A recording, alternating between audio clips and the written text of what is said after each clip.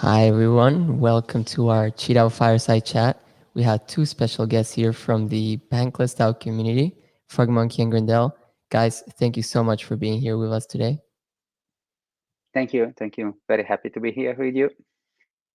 Now, there's a lot of people in DeFi that know about you guys. I think if you're in DeFi, you know BanklessDAO.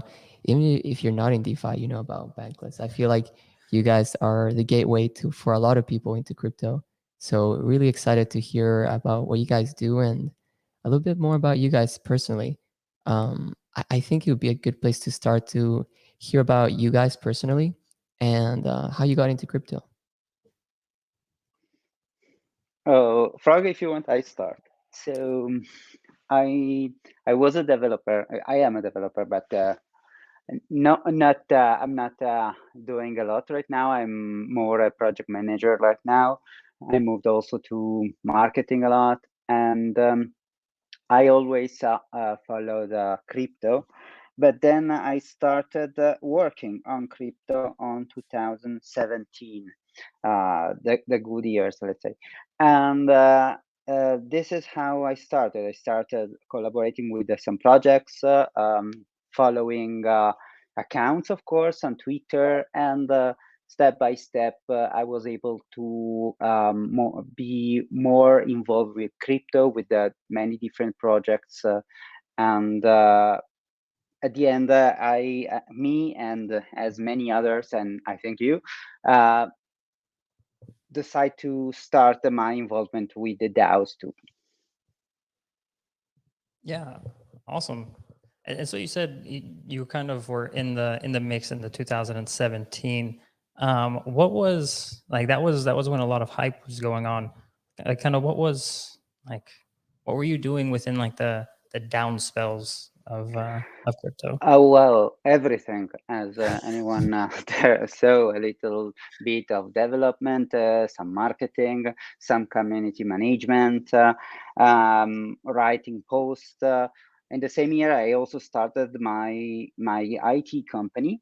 Once dedicated to consulting, and we were developing smart contracts since then. So for me was both something very was both on chain and off chain, let's say. But my involvement on crypto grow day by day until now. I can say right now I am 90% or maybe 95% on chain only. Okay, that's awesome. Frog Monkey, and how about yourself? Yeah. Well, first of all, thank you for having me here. Happy to have the opportunity to talk more about DAOs and what's going on Polygon. My journey in crypto started also in 2017 with the ICO craze.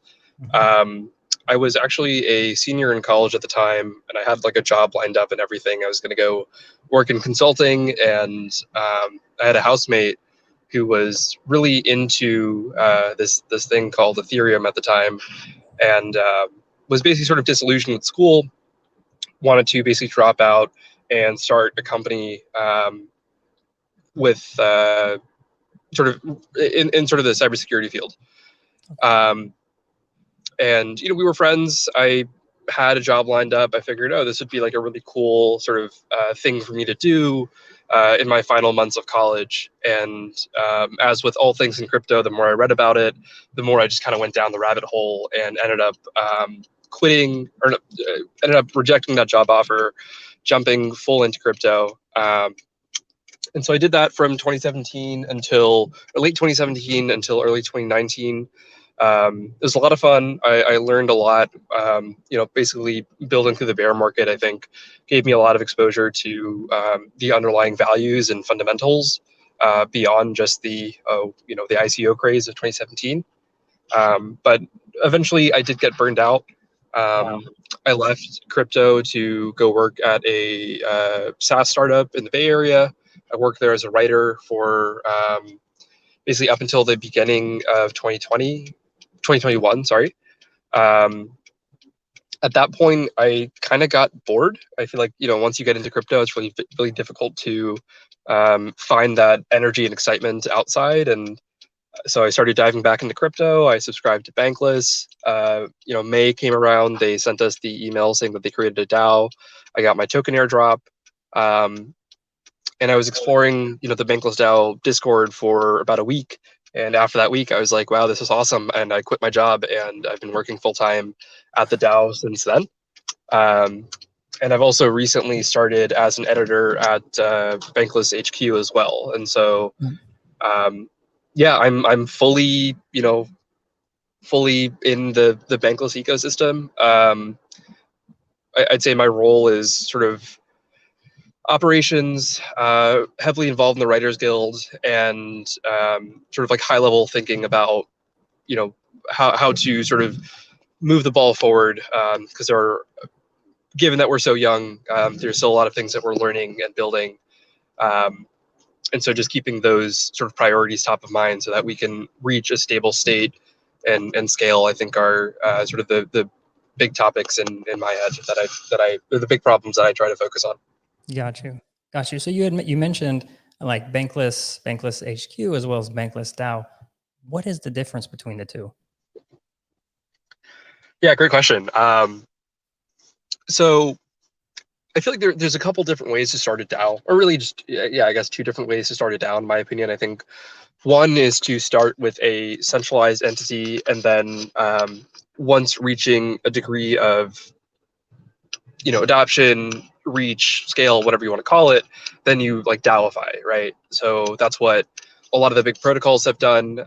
That's also what Bankless HQ did, because they basically built up their brand and their community before starting to DAOify. And the second avenue is to start with a DAO, which I think you're seeing a lot more of in the current cycle. Anywhere you look, there are people basically creating DAOs for their products or their projects or their ideas. And so Bankless started with the first model, right? They built up their brand, they built up their community, and then they chose to DAOify. The problem there is, well, you've already built up this sort of centralized control of the brand or of the protocol, if you're, say a DeFi protocol. And so the question is, well, how do you really transfer that over to the community without inherently having a centralized point of control or sway? And I think Bankless HQ did a really good job in that they are not very involved with the DAO. I think over time they have become a little bit more involved, just because we've matured a bit and they've found ways to sort of plug in, and I can talk more about that. But you can basically think of Bankless HQ as a node in a broader ecosystem. That ecosystem being, the BanklessDAO ecosystem, where we have our set of products, we have our set of media. The media outreach that we're doing, we have NFT projects. And so we have like a thriving ecosystem of all these different places and sort of areas of interest.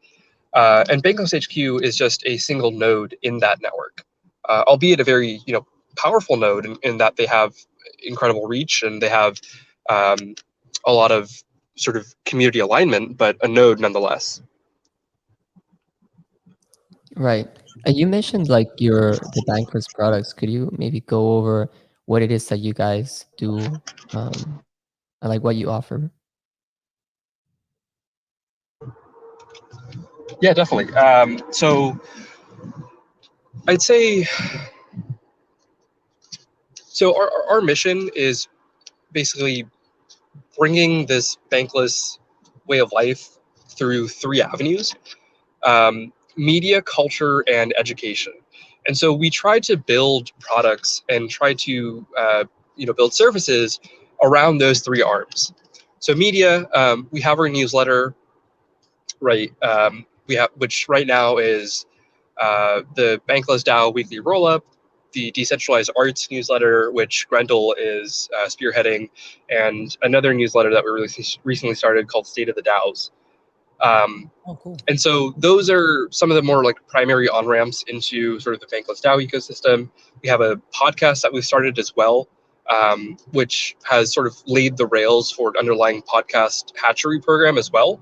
And so, we want to basically be this media powerhouse, sort of disseminating high quality content in the same way that Bankless HQ does. The other avenue is education. We're building out an education product, so you can basically think very similar to Rabbit Hole, except built out in a bit of a decentralized way. And I think we're targeting slightly different audiences as well. But the product is very similar in that we're trying to basically gamify how people can get onboarded into different crypto projects. Sorry for the background noise, I'm on the road.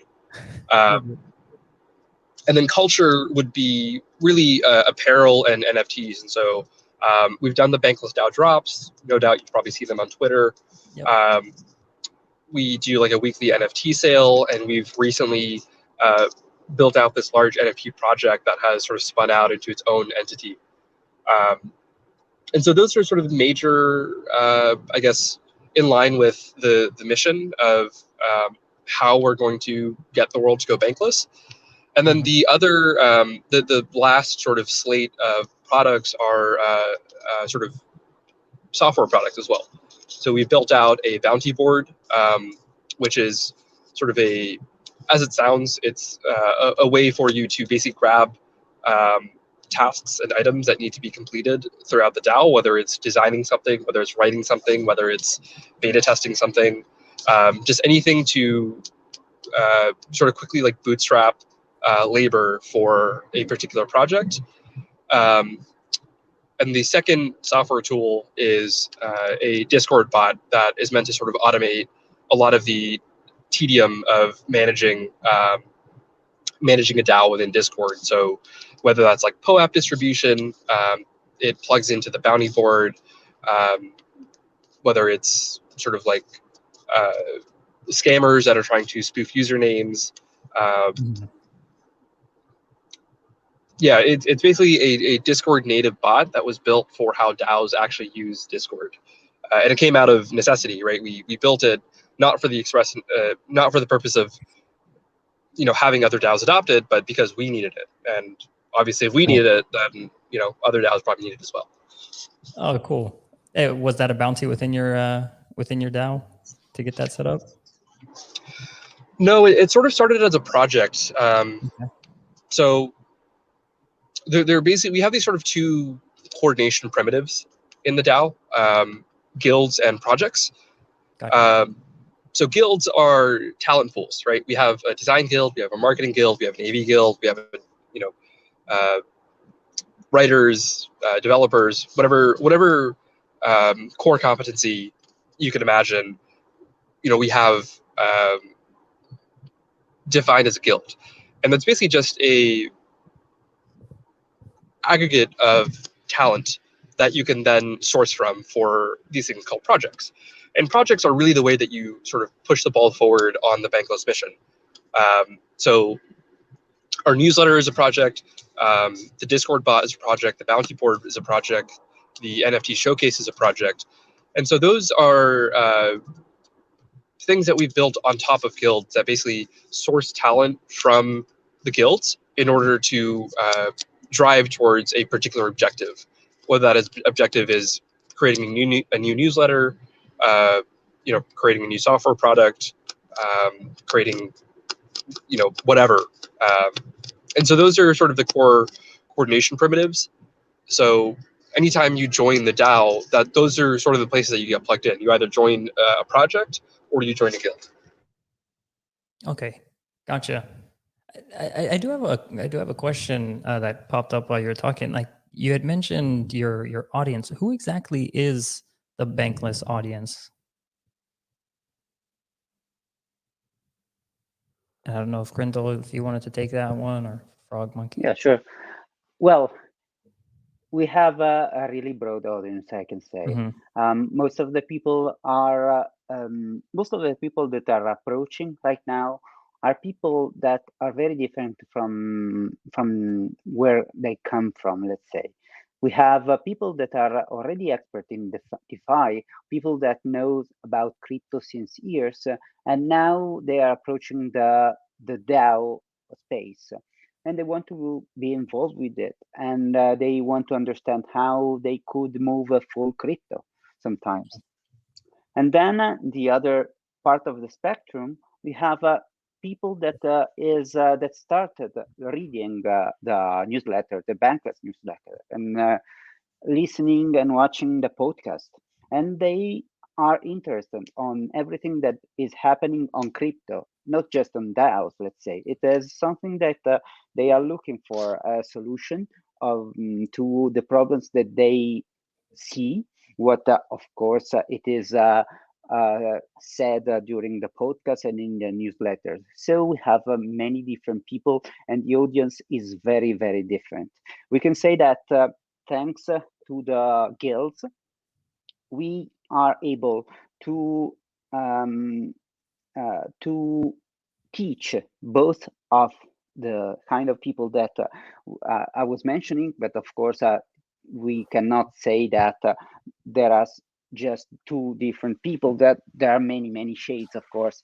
But with those guilds, we are able to teach them how to work, how to build, how to relate to other people in the DAO, and also how to approach crypto in general. Because one of the, as Frogmonkey said, the main purpose for BanklessDAO is educational. So we teach them how to go on DeFi, what they should do in order not to be scammed, what to do in order to invest.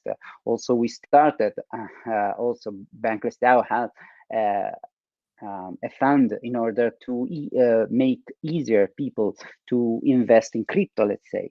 So this audience is so vast, so large, that it is difficult to say every one of them what kind of origin that have. But as I told you, we can say that we have both a very expert and new people to crypto.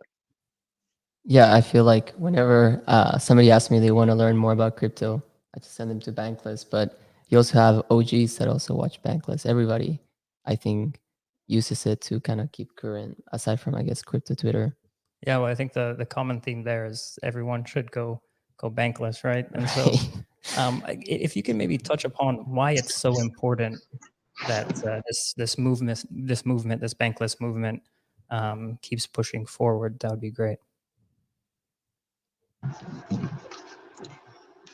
Yeah, I mean, so I think this ties to your previous question about audience, right? I think the long-term audience, and this goes back to our vision, and I might be butchering it here, but our vision is basically for anyone with an internet connection to have the financial tools required to achieve financial self-sovereignty. And so when we talk about audience, really the audience is, again, anyone with an internet connection. And that is very broad, and that is a long-term audience. That's different than the audience that we're trying to target right now, because we're trying to sort of build the infrastructure so that we can create an organization capable of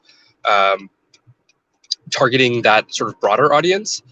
But the reason that we're so set on this idea of going bankless is, comes down to financial self-sovereignty, right? Because finance and capital and money are basically, they're all like leverage, right? They're basically ways that, or they're tools that we can use to build better lives for ourselves, for the people that we love, for the people, that we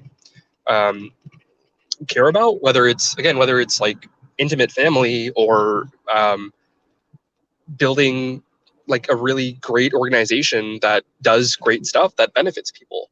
Mm-hmm. And to tie that leverage up in the hands of these centralized entities that basically can tell you, like, hey, this is how you're allowed to use your money. Hey, this is when you can access your money. These are the terms and conditions in which we will let you use your money, right? Like, just how, I don't know, how messed up does that sound, right? How many times have you tried to go to a bank account and tried to like withdraw money, and they ask you all these unnecessary questions that really isn't anyone's business?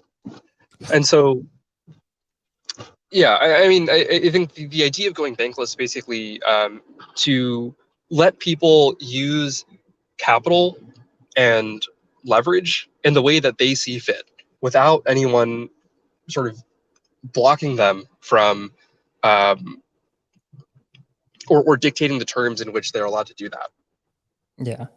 No, I absolutely love it, and I think also the thing is when you have the power in your own hands, or if you're able to control your money, a lot of the responsibility falls now on you, and so you do really need to be educated in how to use your money, like where to use your money, and things like Bankless, really, I mean, really are essential to help you get educated on I think I think that. I think that's an excellent point.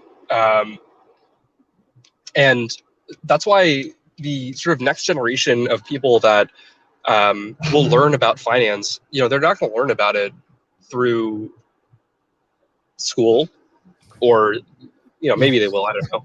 I mean, they're not going to learn about it through traditional means. They're not going to wait until they're 18 and they can set up a brokerage account and they can look at this confusing dashboard of equity products.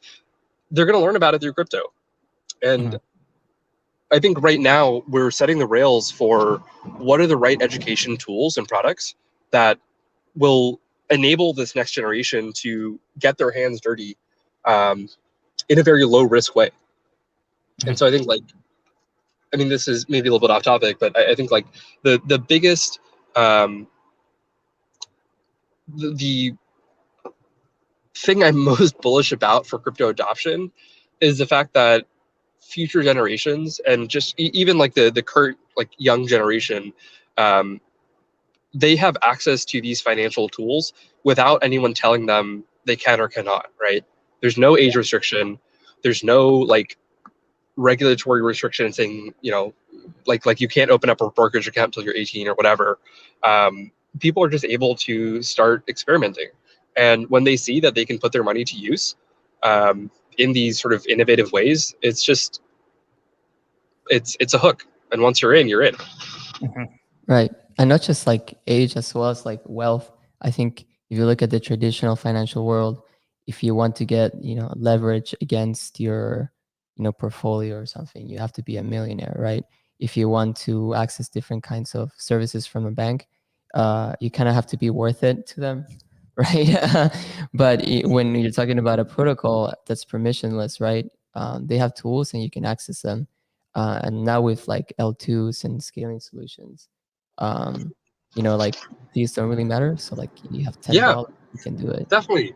Like what is an accredited investor, right? Like what Right. qualifies anyone to be an accredited investor? That's the Nothing. biggest It's an lie. it's an Yeah, arbitrary rule that people put in place to protect wealth. And exactly. that is exactly what crypto is trying to tear down, right? It's equity and equality for financial tools and for financial products. Sorry, Yeah, I I'm think, getting a little bit no, passionate no here. worries. Yeah, I love it. I love it. I think Chainlink God had posted something about that. Like accredited investors are just an excuse to keep the rich richer, right? Yeah, absolutely. Um, let's dive in, I guess, maybe deeper into like the DAO, Right. like the DAO space. Why, like, I guess why are DAOs so important in this DeFi world?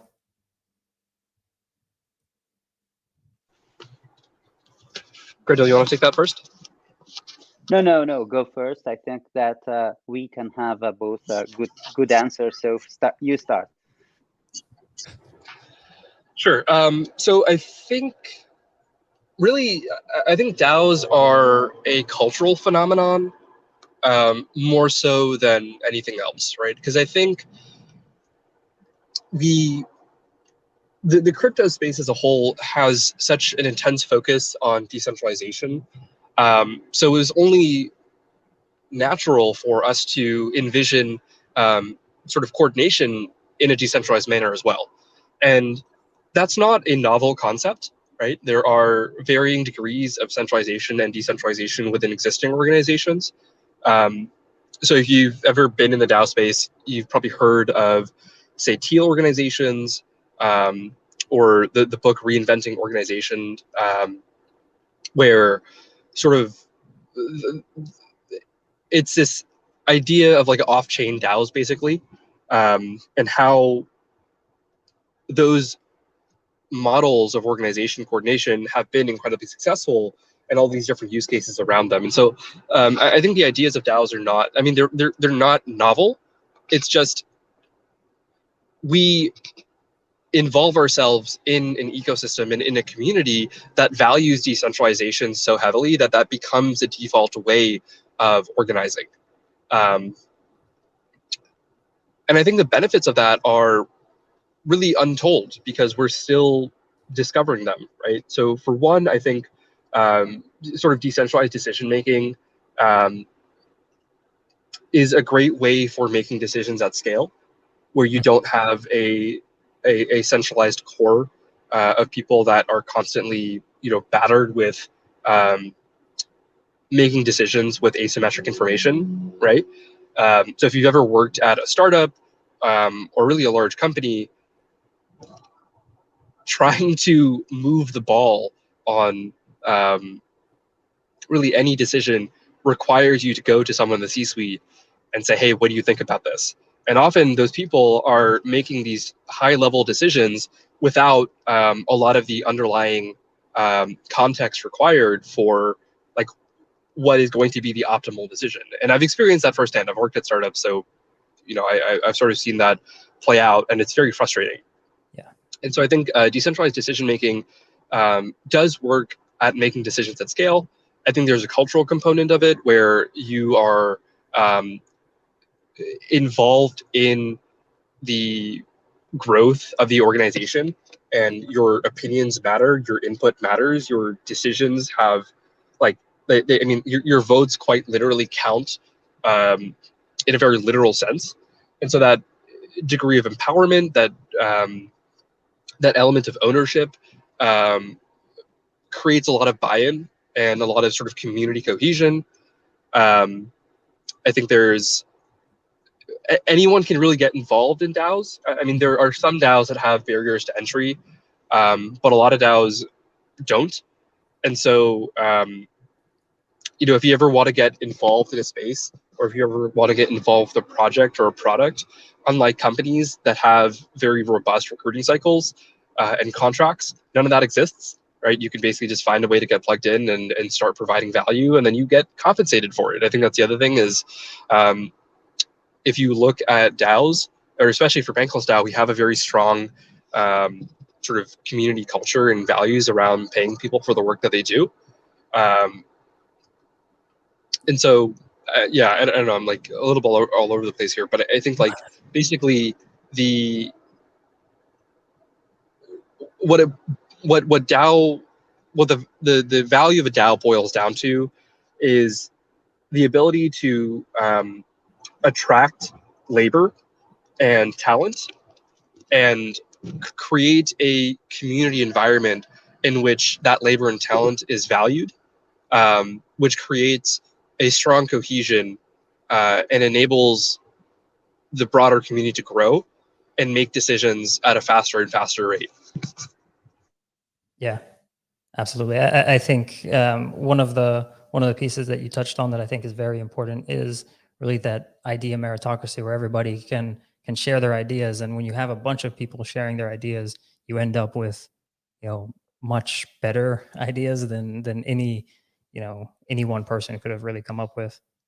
Yeah, I mean, if you ever spend time in like the MakerDAO forum or like the Sushi forum, like it's pretty nice because you start with a good idea, right? The team members usually put out a good idea, and then the way that it really takes life when people start inputting, and you get like people from all sorts of backgrounds, like really thinking about a topic. So instead of being like 3 developers in a room, you got like hundreds of people, putting their input.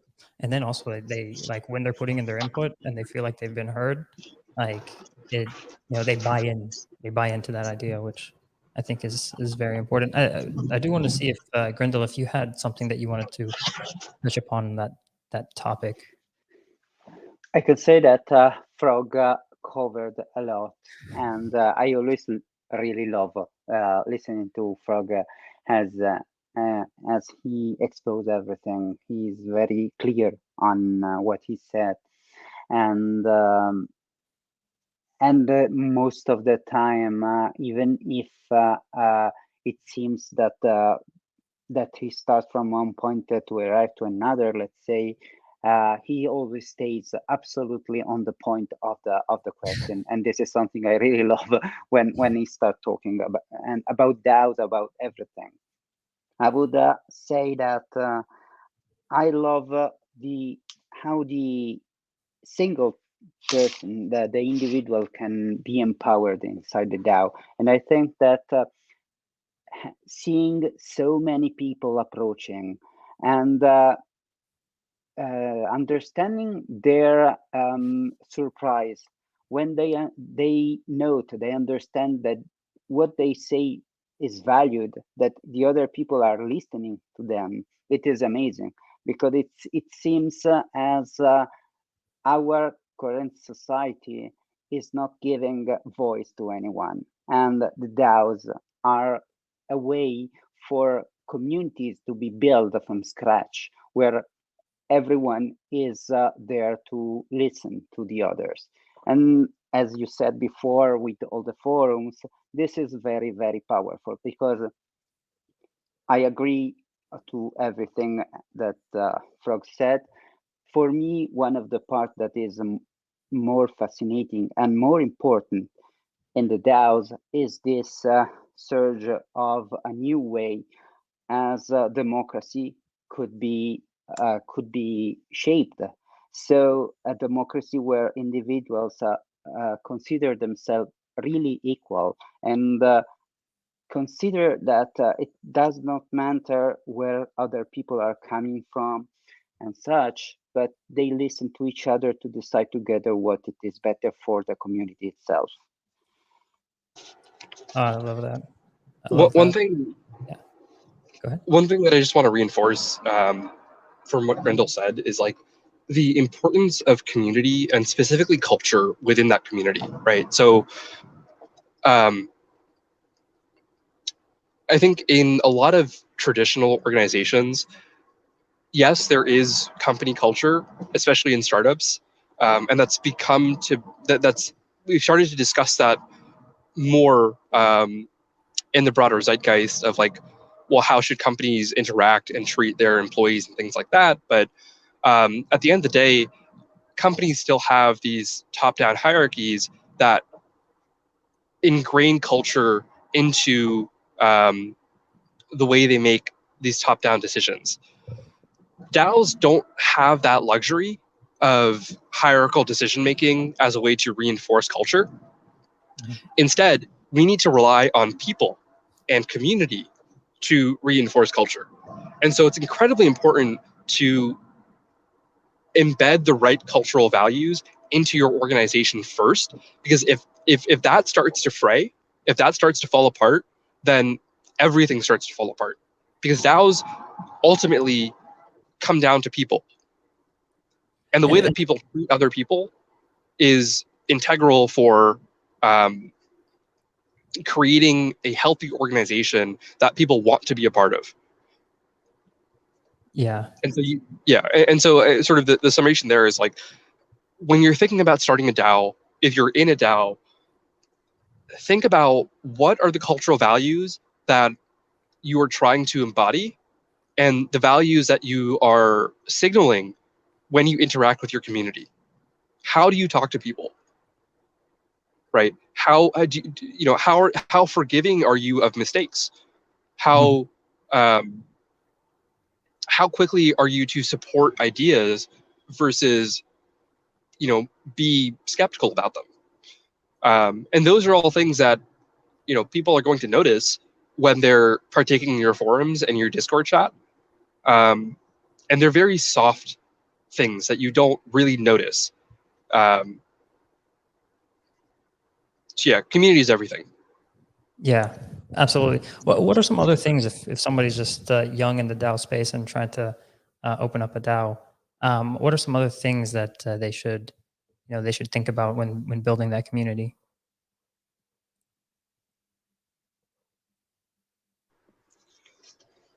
Ooh, that's a good question. For it? Yeah, go on, Frog. You are better than me on replying on this. No, I mean, Randall, your input is equally valuable. So if you're new to the space, I wouldn't start a DAO. DAOs are a lot of work. They are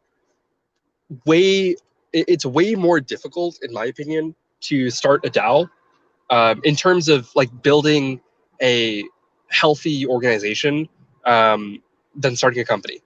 Because in a company, you have very clear structures in place that help sort of contextualize how to make decisions and how to go about pushing the ball forward. In DAOs, that's still very experimental. And on top of that, with a company, you know, the whole point of a DAO is to basically build a community. And if you don't have a lot of experience or haven't been part of community-driven organization, it's difficult. It's not impossible, but my suggestion would be, like, if you're new to the space, join a DAO first and just see how DAOs operate before you go out and make the decision to start your own. If you do decide to start your own, I would say have a very strong purpose in mind before you go and like start, marketing it or whatever, or like trying to build visibility around it. And the reason is because, like, again, DAOs are not inherently profit-driven organizations. DAOs are built around doing something broader than just maximizing profit, right? So I think the perfect example of that is like QiDao, right? So I heard about QiDao through Bankless HQ podcast. They're basically like they're a DAO that's trying to sort of tackle climate change problems, and that's not an inherent goal that you would start a company with. And so if you don't have a strong mission, if you don't have a strong reason that you're starting a DAO, it'll be very difficult to retain core contributors. So really think about what you're doing, really think about why you're doing it, and think about what your organization at scale would look like. And then try to find like-minded people that believe in the same thing. And from there, just start ideating, just start brainstorming. And I think in time, it'll make sense when to DAOify. But really, really nail down the reason that you're trying to start an organization, and then find the like-minded people that will help you build that organization. And once you achieve some amount of notoriety, recognition, community buy-in, then start a DAO. Right. And in the spirit of the DAO, we have a lot of people like commenting and asking questions as well in the chat. So I'd love to, Ben, if there's a few that you wanted to pick out. I mean, I think if I were to summarize them, a lot of people are talking about this idea of like autonomy, because there's like DAOs that, you have like contributors, but then there's like a divide, right, between core contributors and then kind of like community contributors. And sometimes maybe community contributors feel like they don't have as much of a voice, or they can contribute but not that much, because there's like, I guess, a point where you go completely DAO, and I don't know if I've seen any DAO completely go that way. There's always some remnants of like, I guess, control. But I think Shapeshift is a great example. Go ahead. I think Shapeshift is a great example, right? Because they basically built an organization in a centralized fashion. Their community members started to like basically advocate for creating a DAO, and now Shapeshift is in the process of DAOifying, which again goes back to that what I was saying earlier about the two different models of DAOifying, which is one to have a centralized organization, build out the brand, build out the product, build out the protocol, and then sort of hand it off to its users, versus creating a DAO as a way to build the product in the first place. Right, 100%. Especially, I guess, also the process of getting there. Looking here through the questions, we got a lot coming in. Anyway, if I can talk about the, let's say, the divide between core contributors and community contributors, I can say that BanklessDAO can say that have so many core contributors. We don't have 5 of them, 6 of them. There are many. We have this thing that we we have call 70 level something. 2. Yeah, exactly. And also all the community contributors, we can call them like this, but they write in the forum. They have their own proposal. They have their own project. Also, we have projects that are pushed by what we call the guest passes. So there are members that they don't have the tokens, enough tokens to be considered, let's say, members of the DAO. But I can say that maybe BanklessDAO in some ways is different from many others, but I don't see such a big, let's say, difference between what core contributors does and do and the others. Yeah, there is something, of course, but no one is limited and cannot become, let's say, a core contributor. There are many. Every season, as we call them, we have more contributors that become core contributors, going more and more on chain, going more and more full time, doing stuff, talking, helping others. Most of the time, you find people that start doing something without anyone asking them. Could be on onboarding people. I see sometimes that there are 2 or 3 people, new people, let's say, not new to the DAO, but people that were not doing it before and start doing it. And so, in some ways, they are becoming core contributors too. And expanding off that, just to clarify, like the way you become a core contributor in BanklessDAO is you're basically nominated by, you can be nominated by anyone in the DAO.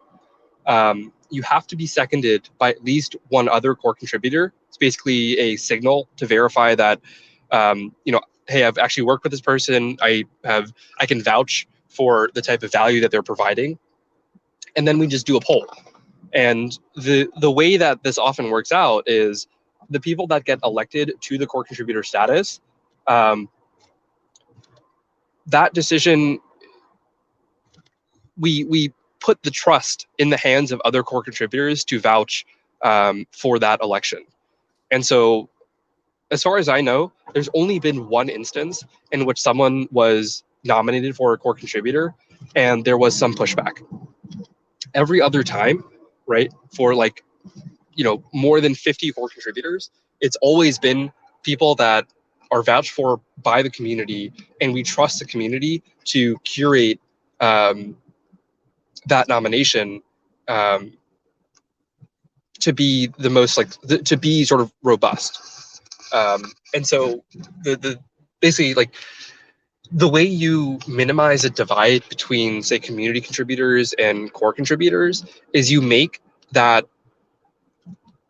funnel, that pathway, you're very visible, you're very transparent about how to go from A to B, and you do so in a relatively permissionless way. I like that. I like that idea a lot of having things kind of laid out. This is how you become a contributor, or this is how you become, I guess, like a full-time core contributor. Yeah. A lot of good lessons, I guess, for DAOs, early DAOs. Absolutely, especially kind of going through some of the comments and questions here. It's, there still is a problem within DAOs to where you can have, one person come in with a bunch of money, buy up a lot of governance tokens, Right. And then sway votes quite heavily, even though maybe they're not the most active person within the community. Is that something that I'm sure it's something that y'all have seen throughout your time in DeFi? Do you have any kind of thoughts on that? Yeah. So let me just take this one real quick, and then I do have to head out shortly. So this will just be my last question, basically. And then Grendel, you're more than welcome to stay on as long as you need to. Yeah. Token weighted voting sucks. There's really no two ways about it. I think it is a very primitive form of governance. But I think we're in the process of moving towards more equitable forms of voting. It's just a matter of implementing them. Now, that being said, I think the issue is more complex than just token voting versus non-token voting. Mhm. I really think that there are various different situations and circumstances in which you want different types of voting. I think there are circumstances in which token voting makes sense. I think there are circumstances in which like quadratic voting makes sense, in which sort of like the mai.DAO structure makes sense. And so I think instead of having just a single method of voting, which right now most DAOs do, what I would like to see happen is we define situations and circumstances where like different subsets of the community will vote on various different things. And each of them will have their own curated method of voting depending on what the needs and sort of outcomes and consequences of that decision are. Right now, none of them really come to mind just because, like, I've sort of been thinking about this in the back of my head. It's not a huge priority just yet. But as BanklessDAO moves more on chain, which I suspect will do, progressively throughout, most of next year, I'm sure we'll start to see different circumstances in which different token or different voting methods will be more optimal than others. But I mean, on a whole, I think token weighted voting just kind of sucks. Awesome.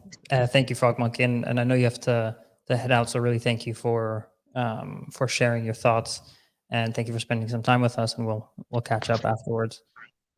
Yeah, it was a pleasure being here. Thank you all for your time as well. If you have any questions, feel free to just hit me up on Twitter or on Discord. No promises that I'll get back to you, but I will do my best. Take care, everyone. Have a great weekend, and yeah. Thank you. Thank you, Frog Bye, Monkey. Frog. See ya. Perfect.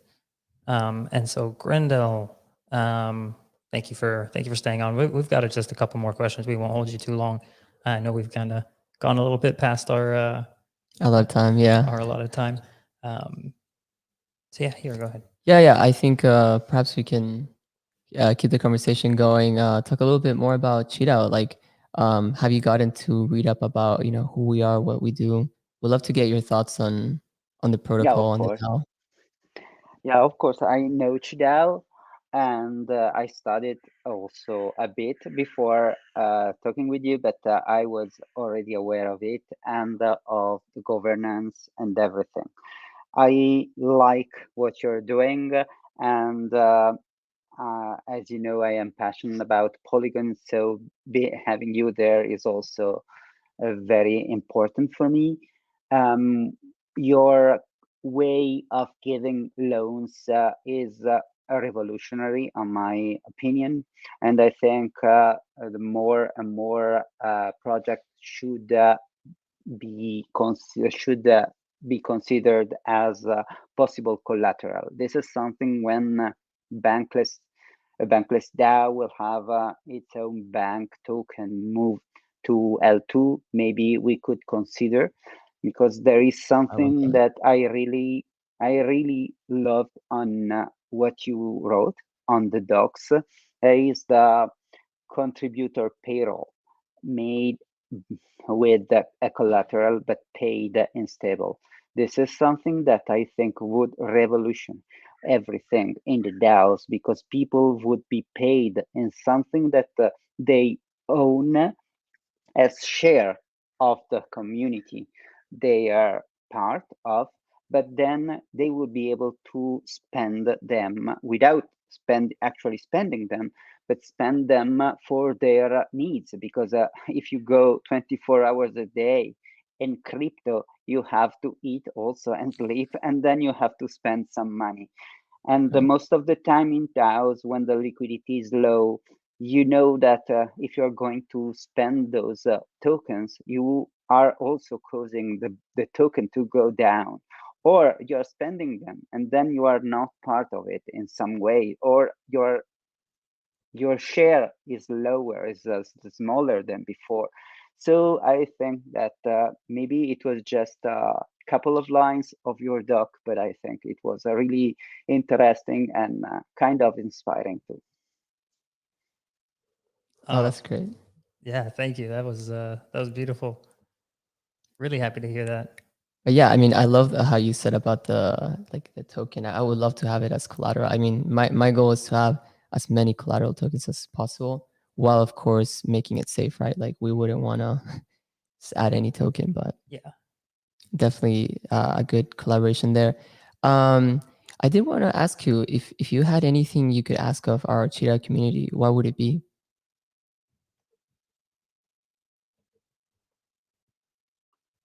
Sorry, I had some problems with my mouse.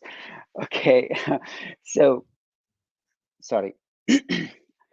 Well, my first question is always how you could come with such a beautiful logo, but I already asked you a couple of times. What I would like to ask beside this is I am in your Discord, but just since today, and I've seen that you have a lot of participation, you have a lot of discussions and such. I would like to have your opinion on how do you think that BanklessDAO could go better, could be better implementing something that you are actually doing. In your real opinion, what do you think that QiDao community strength could teach something or could improve something in BanklessDAO? Yeah, I think like first and foremost, our community, it grew very organically. There was no like paid like paying to try and get community members in. And so what you really like started off with was a group of people who were actually using the product, that really loved the product, wanted to chat and really give their feedback on how to make it better. So that was one of those elements that we saw that really helped get us to where we are now, where we have a very passionate, educated community that loves when anybody new comes in, loves answering questions when people have it. I think another piece was, I mean, for us, we're a small team. We only have certain amount of hours in a day, and we need help. And I think for us, we you know we really try to listen to the community as much as we can, and as well if the community has ideas that they want to really take forth by themselves, we enable them to do that. We don't try and put handcuffs on people like, hey, yeah, no, don't do this, don't do that. If they really think of something that's going to move the DAO forward, um, you know, we you know we encourage them to absolutely do that. And I think when you do that, you empower the people within the community to want to do more.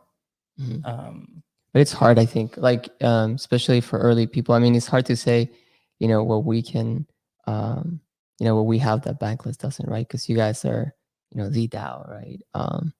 And like we're still a young project. I think we're working on how we can empower our contributors more, and how we can bridge the divide between like core contributors and community members, because that's difficult. And I think that's something that many DAOs struggle with. Um, I think just constant communication within DAOs, I think that would definitely help if we can improve how we share different innovations from different DAOs. That would definitely help. Yeah, I think another big thing is really having these like core champions within the DAO and really supporting them. Like for example, a Rathers. we have like Rathers in our community that is always a help. He will help rally the troops if we need something. He'll help get people excited about it. Nacho in our community. I mean, we have a bunch. We have like Yeah, yeah. a lot of them are in the chat right now, like Royal 8 Gig Buying. it's incredible. Yeah, but like having a strong community mod like Nacho, I think is very important, because for us as well, we only have certain times that we can hop into, Discord or Telegram and be 100% available. Having people, be there, educated people is always a help. But yeah, I'll stop rambling there. Yeah, but give me the time to say hi to writers, because we knew each other since before, and I really appreciate everything that he does all the time. That's he's very humble there. But yeah, thank you so much for your time, Grendel. We really appreciate you coming on. I know we went a little bit over our time, but yeah, very much appreciate your insights. Yeah, exactly. Did you have anything last you wanted to share, or just I know that you're doing a lot with within Polygon. If you wanted to share anything that you're doing there before we Well, close. as you know, we started the Polygon Ecosystem DAO, and everyone from QiDao is invited to be there to share their thoughts, to talk with others, to be community everywhere. I think that sometimes DAOs tend to be too much, let's say, I would not say gated, but something like that. We are closing communities that are working together in many different Discord servers, and maybe one day we will find another way to do communities inside the same place where we can actually work together every time. So this is something that I would like to achieve one day. So let's say a very big DAO, something that maybe no one of us is conceiving right now, that let every one of us interact with others, creating maybe volatile or very fast or even strong communities inside that can talk one to each other, and everyone can be in as many communities as once without having to find a new Discord server, because everything is under the eyes of everyone. So this is just a hope and a dream, I know, but this is something I would like to see. A very big community, a very big ecosystem. An ecosystem is made of people that are interacting, is made of protocols that are that are able to be interoperable. Something that it is not completely true right now, but this is something I think we should work together to see it.